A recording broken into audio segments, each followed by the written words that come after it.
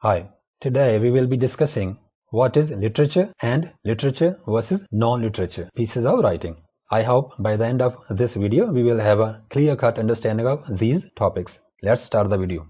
The term literature is defined differently by different critics. There's no one agreed upon definition of literature. It can never be. It is always safer to define literature not as a precise definition but as a broader concept having a number of different tiny concepts contained in it. Remember, every written thing is not literature. We will try to differentiate literary and non-literary works of writing besides laying out basic concept of literature. What does literature mean? Written works, especially poems, plays and novels that are of high and lasting artistic value in any language. In literature, we find poems that are in the form of poetry, novels that are in the form of prose, plays in the form of prose. Majority of them, at least, we do find some of the English plays in poetic form. The plays in poetic form are called verse drama or poetic drama.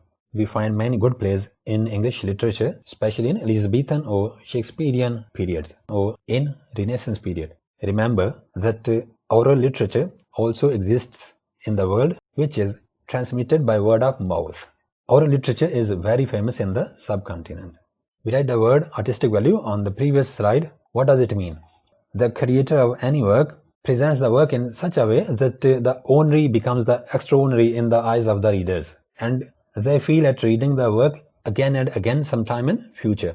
Turning the common into special is what art is. Being creative, high quality or distinctive work, it has permanent impact on human minds and stands the test of time. It is of an everlasting value. Examples: Greek plays, Chaucer's Canterbury Tales, William Shakespeare's plays, Paradise Lost, etc. These are the few among the many pieces of English literature which are still known to be of everlasting value after a gap of centuries. It is the imagination experience or the magic hand of the poet, author or playwright which turns an ordinary phenomenon into a work of art, bearing everlasting and permanent artistic value. Any piece of literature in which the readers feel that the ordinary has been turned into the extraordinary, that piece of literature does have artistic value. For whom is literature written? Or where do we apply literature? Literature contains ideas of universal interest. Philosophy in literature applies to all the human beings in general. Literature is the collection of the experiences, feelings and emotions of human beings. Literature is a source of pleasure. Literature does have aesthetic value as well. It provides the readers or viewers with pleasure. Whenever we listen to or read a work of literature, we do find pleasure. Literature transforms experiences. Literature elevates and transforms experiences. After all, it is the lives of people which are being discussed in literature. The experience of the writer or author is being transformed into something artistic. We find harsh realities of life in the guise of words in a piece of literature. Literature connects us with the feelings, emotions and thinking of author or authors. We share the tears, laughter, happiness and sorrow of the writers and authors through the characters. This is the true artistic value of a work of literature, that the writer or author is successful to connect us with his or her feelings, emotions and thinking. Every student of literature tries to define literature. I, as a student of literature, have defined literature as the study of life in all its manifestations: sorrow, happiness, patience, tolerance, etc. Human lives are the material which all the literature of the world spins about.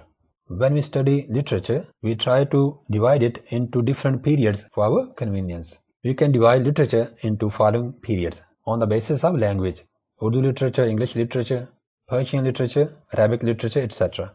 On the basis of nation: British literature, American literature, Pakistan literature. Division of English literature on the basis of historical periods: classical literature, Renaissance literature, neoclassical literature, etc. On the basis of genre: tragedy, comedy, tragicomedy, novel, short story. We can also divide literature on the basis of subject matter discussed in it: metaphysical poetry, romantic era or romantic poetry, religious poetry, etc. The last but not the least, which written works qualify for literary works and which of them are termed as non-literary. What's the difference between literary and non-literary pieces of writing? Being of artistic value or artistic merit is a must for something to be included in literature. Simple pieces of information, telephone directory, technical works, journalistic or scientific works are considered by most of the critics as non-literary works because there's nothing artistic or emotional in it. On the contrary, some poems or works of prose which lack artistic excellence are thought to be out of the domain of being literary. So, artistic value is the boundary which distinguishes a literary work of writing from non-literary work of writing. That's the end of my lecture. Today we discussed three main ideas. Number 1, what does literature mean? Number 2, what is artistic value? Number 3, which written works are literary and which of them are non-literary? If you have any question related to the topic, you may ask me in the comments section. Thank you so much for listening to me. Take care. Bye bye.